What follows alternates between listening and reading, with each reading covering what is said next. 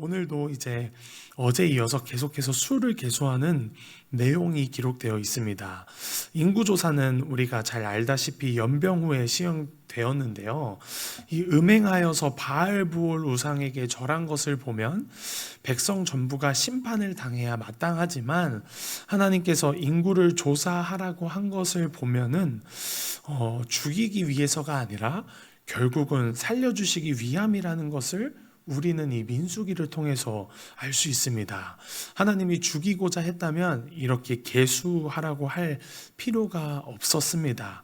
이것을 보아서 하나님의 자녀인 성도들에게는 때로는 징계는 있을 수 있지만, 우리의 잘못으로 인해 징계는 있을 수 있지만 심판은 없다라는 것을 우리는 반드시 믿어야 합니다. 우리는 이 징계와 심판을 구분할 수 있어야 합니다. 징계의 이유는 하나님이 우리를, 자녀된 우리를 사랑하기 때문입니다. 돌아오길 원하기 때문입니다. 하나님 앞에 바로 서길 원하기 때문입니다. 목적은 하나님을 온전히 바라보게 하기 위해서 징계를 허락하십니다. 예수님을 진심으로 믿고 또 영접했다면 구원은 절대로 취소되지 않습니다. 이것이 비신자와 하나님을 믿지 않는 자와 믿는 자, 신자와의 다른 점입니다. 비신자들은 영원한 목적이, 영원한 최종 독착지가 심판입니다. 그러나 우리 성도들에게는, 믿는 자들에게는 영원한 심판이란 없습니다. 우리의 최종 도착지는 영원한 천국인 줄 믿습니다. 따라서 우리는 약속의 땅인 이 가나안 땅, 즉 하나님 나라, 천국을 늘 사모하며 약속에 신실하신 하나님을 온전히 붙잡고 나아가야 되는 줄 믿습니다. 저는 오늘 본문에서 이 유다 지파를 자세히 살펴보고자 합니다. 유다 지파의 수는 모두 76,500명인데요. 22절 말씀을 보시면 기록되어 있습니다. 가장 많은 숫자를 기록하고 있습니다. 이 장자의 복, 이렇게 번성하는 이 장자의 복을 루벤이 아니라 유다가 차지하고 있는 모습을 볼 수 있습니다. 그런데 이러한 장자의 복을 대신해서 받은 유다의 가문에도 수치스러운 일들이 많이 일어납니다. 유다가 동생 요셉을 애굽으로 팔았죠. 그리고 아버지가 괴로워하는 모습을 보게 됩니다. 또 형제들을 떠나 있다가 가나안에 수아라고 하는 사람의 딸과 결혼을 했고요. 자녀를 낳습니다. 그리고 또 불미스러운 일이 일어나서 두 아들이 죽게 되고, 또 며느리 다말이 창녀로 변해서 시아버지 유다와 동참해서 베레스와 세라를 낳는 이러한 불미스러운 일들이 유다 가문에도 일어납니다. 이러한 부끄러운 일이 일어났지만 놀랍게도 오늘 유다 지파는 12지파 중에 가장 강성하고 강하고 번성하고 가나안 전쟁 때에도 선봉장에 서게 되는 은혜를 입습니다. 특별히 유다 지파는 구원자, 메시아 예수 그리스도가 그 가문에서 탄생하게 되는 복을 받아 누리게 됩니다. 야곱의 축복대로 유다 지파가 복을 받은 것이었습니다. 오늘 저와 여러분에게 이 야곱의 축복, 예수 그리스도가 탄생하고 예수 그리스도가 동행하는 은혜가 이루어지기를 축복합니다. 어떻게 이 유다 지파가, 불미스러운 일이 계속해서 일어났던 유다 지파가 이런 복을 받아 누릴 수 있었을까요? 창세기 44장을 살펴보니까 유다는 요셉을 애굽으로 팔아 넘긴 후에 23년이 지났지만, 꽤 오랜 세월, 10년이 지나면 강산이 변한다고도 하는데 23년이 지났지만 과거의 죄를 고백하고 회개하는 모습을 창세기 44장에서 발견할 수 있습니다. 이런 진정성 있는 형들의, 유다의 모습을 보고 요셉은 형제들에게 자신이 누구인지 밝히게 되고요. 또 살 길을 열어주었을 뿐만 아니라 지난날의 모든 허물과 죄를 덮어주고 용서하는 이러한 모습을 보게 됩니다.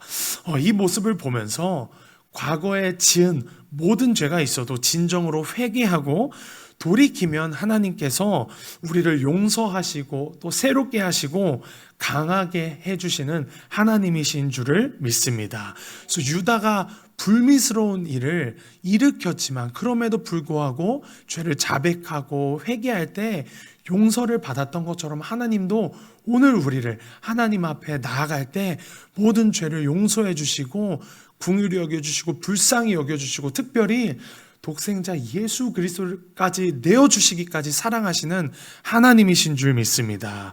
이 민수기를 읽으면서 이제 26장에 접어들면서 2차 인구조사를 통해서 우리가 발견해야 될 은혜가 있습니다. 이 말씀을 읽으면서 우리가 꼭 발견해야 될 은혜가 있습니다. 그냥 수만 기록된 민수기 숫자만 기록된 책이 아닙니다.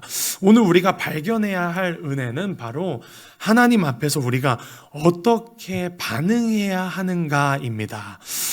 우리가 이 유다의 모습을 보면서 유다는 늦었지만 회개하고 돌이켰을 때 오늘 가장 번성했고요, 가장 강성해졌고 메시아 즉 예수 그리스도가 유다 지파를 통해 탄생하게 되는 복을 받아 누렸습니다.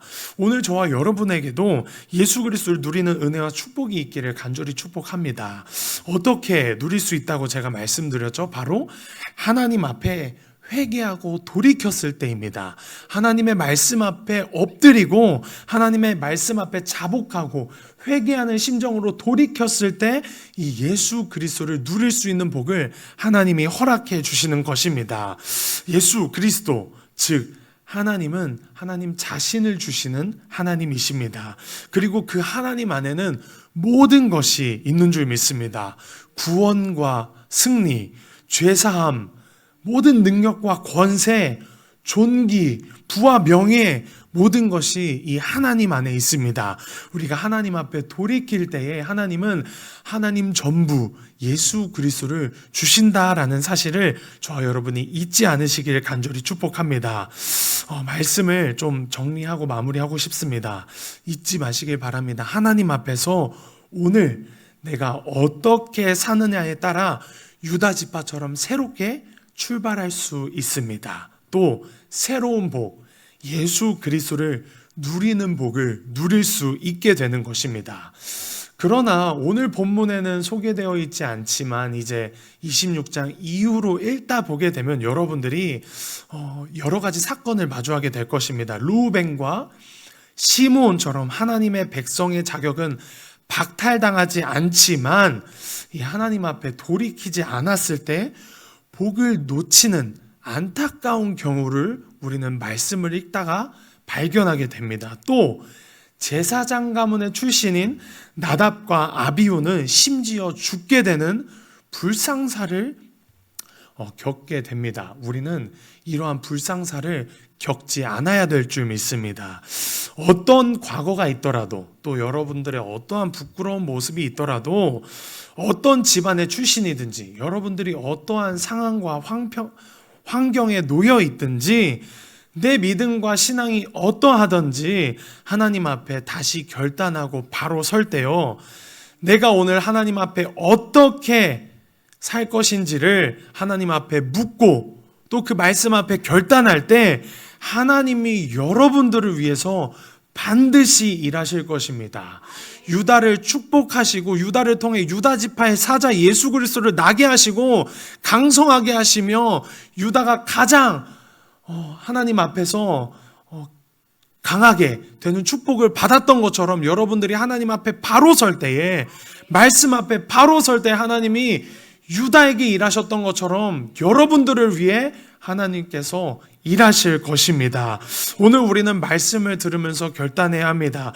여전히 하나님의 자녀이지만 이 세상의 가치관, 세상의 존귀를 구하면서 살아가고 그래서 복을 놓치는 안타까운 상황 가운데서 여전히 살아갈 것인지, 허둥대면서 살아갈 것인지, 아니면 지금은 당장 손해보는 것 같더라도 믿음으로 말씀으로 살아가기를 결단하여 하나님께서 주시는 새 은혜와 축복, 바로 예수 그리스도를 얻게 되는 은혜와 축복을 누릴 것인지 오늘 우리는 기도하고 결단해야 합니다.